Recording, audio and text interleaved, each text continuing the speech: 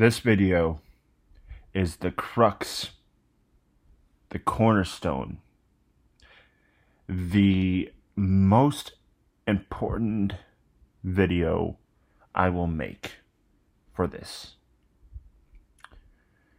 social media campaign. In fact, you can say that the subject of this video is the reason that this social media campaign exists. There have been many instances in the past that you can Google very easily yourself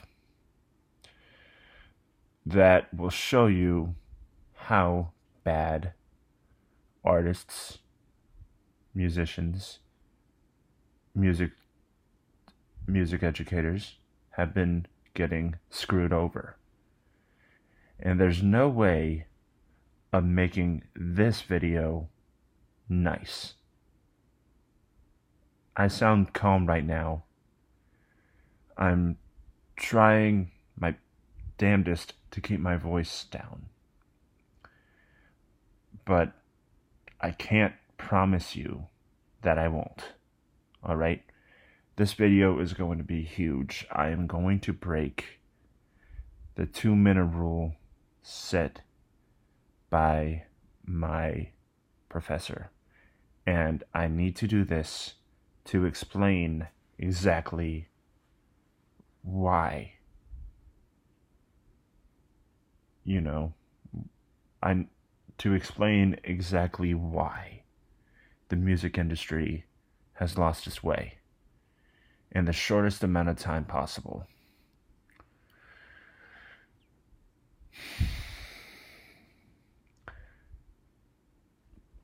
Pop music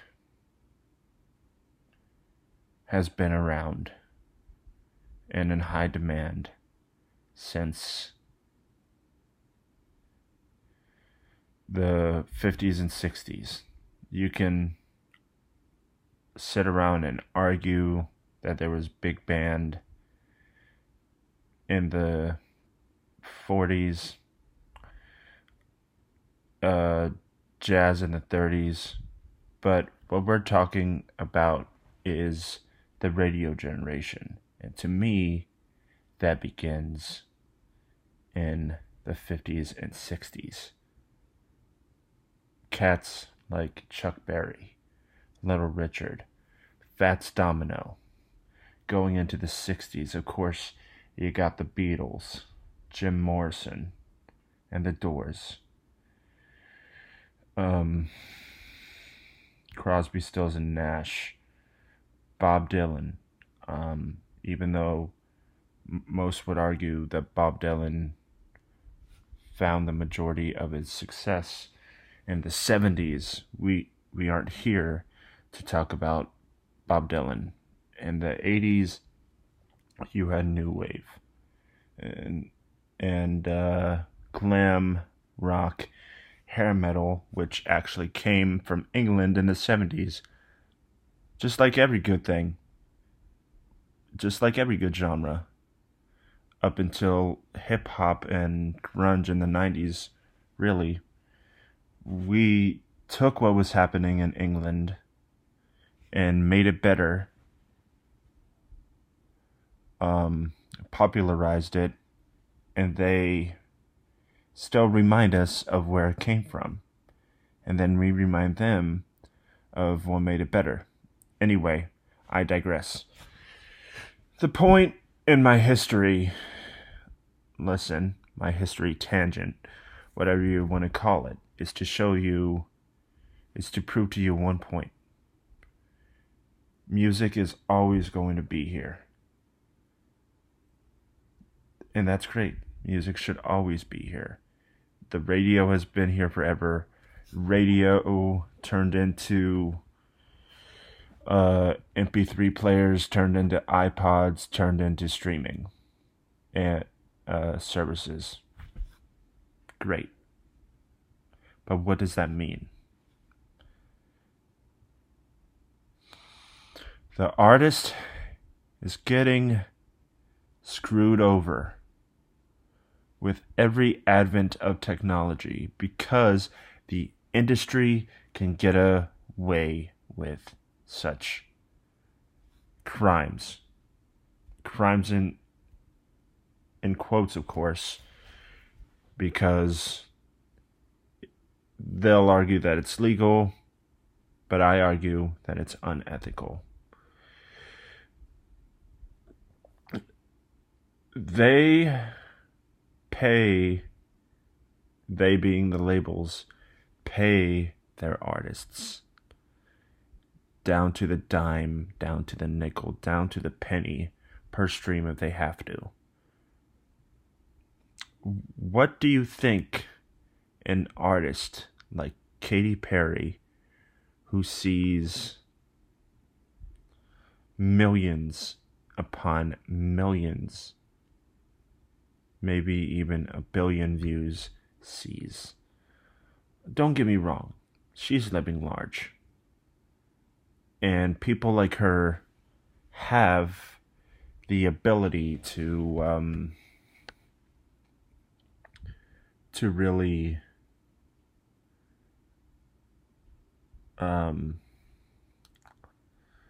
go out there and make it because they have the support of their label, and they want to who wants to put their stuff out, who wants to market it well because it sells, because it can be mass produced, and because people, mostly teenagers and young kids who personally, I believe, don't know why they're listening to anything other than because it's trendy, will listen to. No. It is the music teacher's job to teach the kids about music, right? To teach the kids the difference between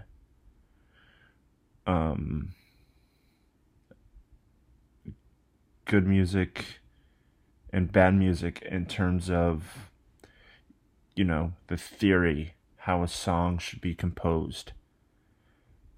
I understand that not everybody's a musician. I get it. But what I don't understand and what I hate is when people say that a song on the radio is good and they don't know why they like it. How can you not know why you don't like something? That is the biggest oxymoron. That's like saying, I have feelings or I have a crush on this person. But I don't know why. I mean, yeah, I find them attractive, but I don't know why I like them. Now, the music, like that person in my hypothetical example, you as the individual don't know why you like that person or that song, but you do. Why? I don't know isn't an answer that I will accept anymore. Why do you like that song?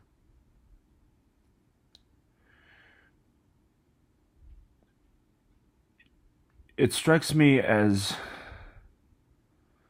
uncomfortable to talk about this because I know somewhere out there in YouTube land or in internet land,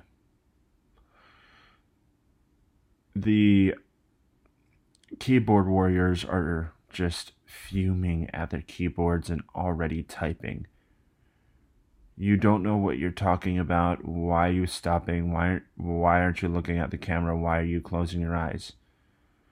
But just listen to me for a second. I came across a few articles in the past few days, all right? One of them confirmed what I have been saying for years. It confirmed that, yes, pop is a recipe. Popular music is based on a formula. People like Max Martin, Dr. Luke, who are all names you should know, because Max Martin worked with Britney, he worked with Backstreet, he worked with NSYNC, I believe. Dr. Luke worked with what's her name? Taysway, I believe. You should know all these names, and the reason I bring these names up is because these are the songwriters. If you think pop musicians write their own songs, you're wrong. They sing the songs. And again, there's nothing wrong with singing songs, especially if you write the lyrics.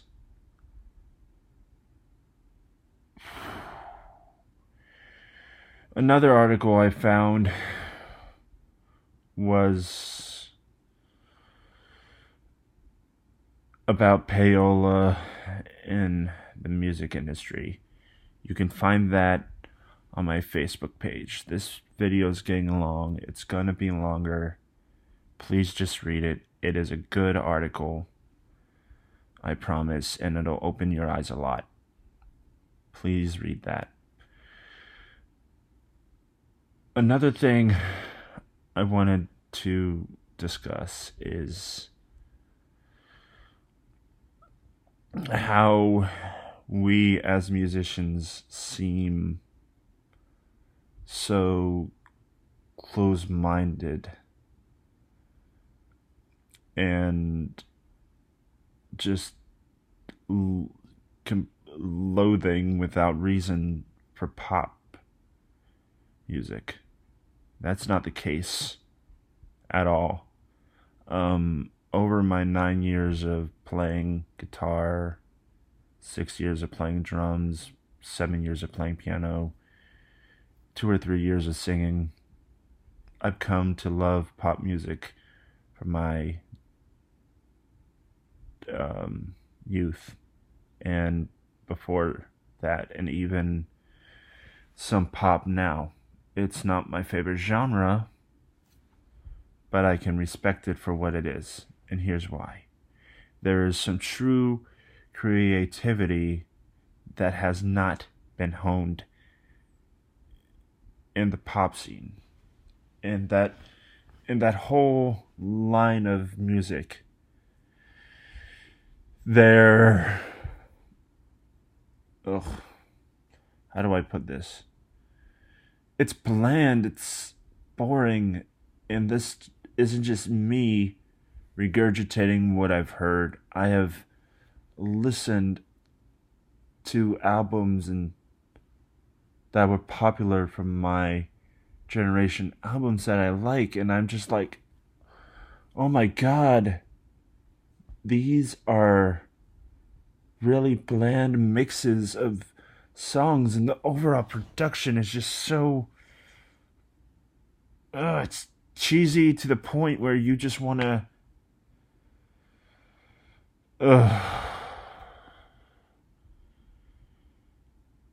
I don't hate pop. I hate what pop stands for and what entails pop. All right? I don't hate an artist for being popular or making popular music. I hate the sound of pop. And many people many other musicians hate the repetitiveness, the glossiness. Producers make things so glossy that it would just seem that it's like they just want you to know that the artist or the label that put it out, everybody just wants you to know that they did a they have the money to make something good. But production isn't what makes things good. Maroon 5 and Fall Out Boy, bands that were great back in the day, resorting to pop and electronic dance music, or EDM. I mean, why? Anything can sound good with a computer, but nothing sounds as good as the soul. What don't A&R people and other executives understand about this? What do they think? Splattering auto-tune all over a track will suddenly magically fix it? Just because a single gets 1 billion, 2 billion streams, or back in the day sold 3 or 400,000 to 1 million, or even 2 million copies going platinum or double platinum, doesn't make it mean you did a good job. It means that you marketed. It means that the label simply marketed it well. You gotta remember, most people aren't musicians. You gotta remember that most people don't know anything about theory. That is music theory. You gotta remember that most people are listening to the radio, or nowadays streaming, on their way to work, or while they're working out. So they're hearing these songs over and over and over. And then one day, repetition pays off. They suddenly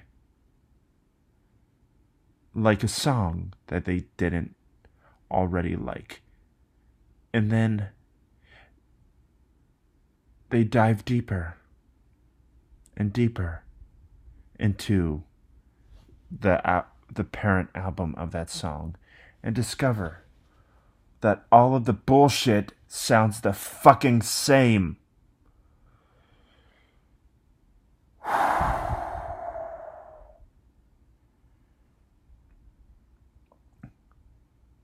What is the music industry doing?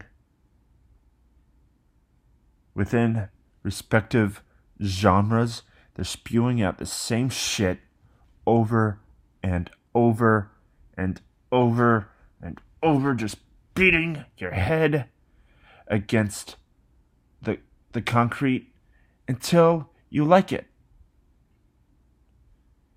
Yeah, your head may be broken against a mirror. Glass may be in your forehead right now. But at least you're gonna buy the album and like 4 or 5 songs and give them X amount of money from X amount of streams and X amount of shares. I can't change minds with this social media campaign. I hope I can. But if there's one thing I learned, it's that people like what they like. And that's just fine. Like what you like. I don't give I'm not here to criticize what you like. Everybody is different. The sun rises and the sun sets. Night and a day, day and a night. Life goes on. I can't change you, and you can't change me. But what I can tell you is that perhaps you don't know exactly why you like what you like musically. And therefore, the lines become blurred. The lines become blurred to a point where you just will listen to anything without thinking about it.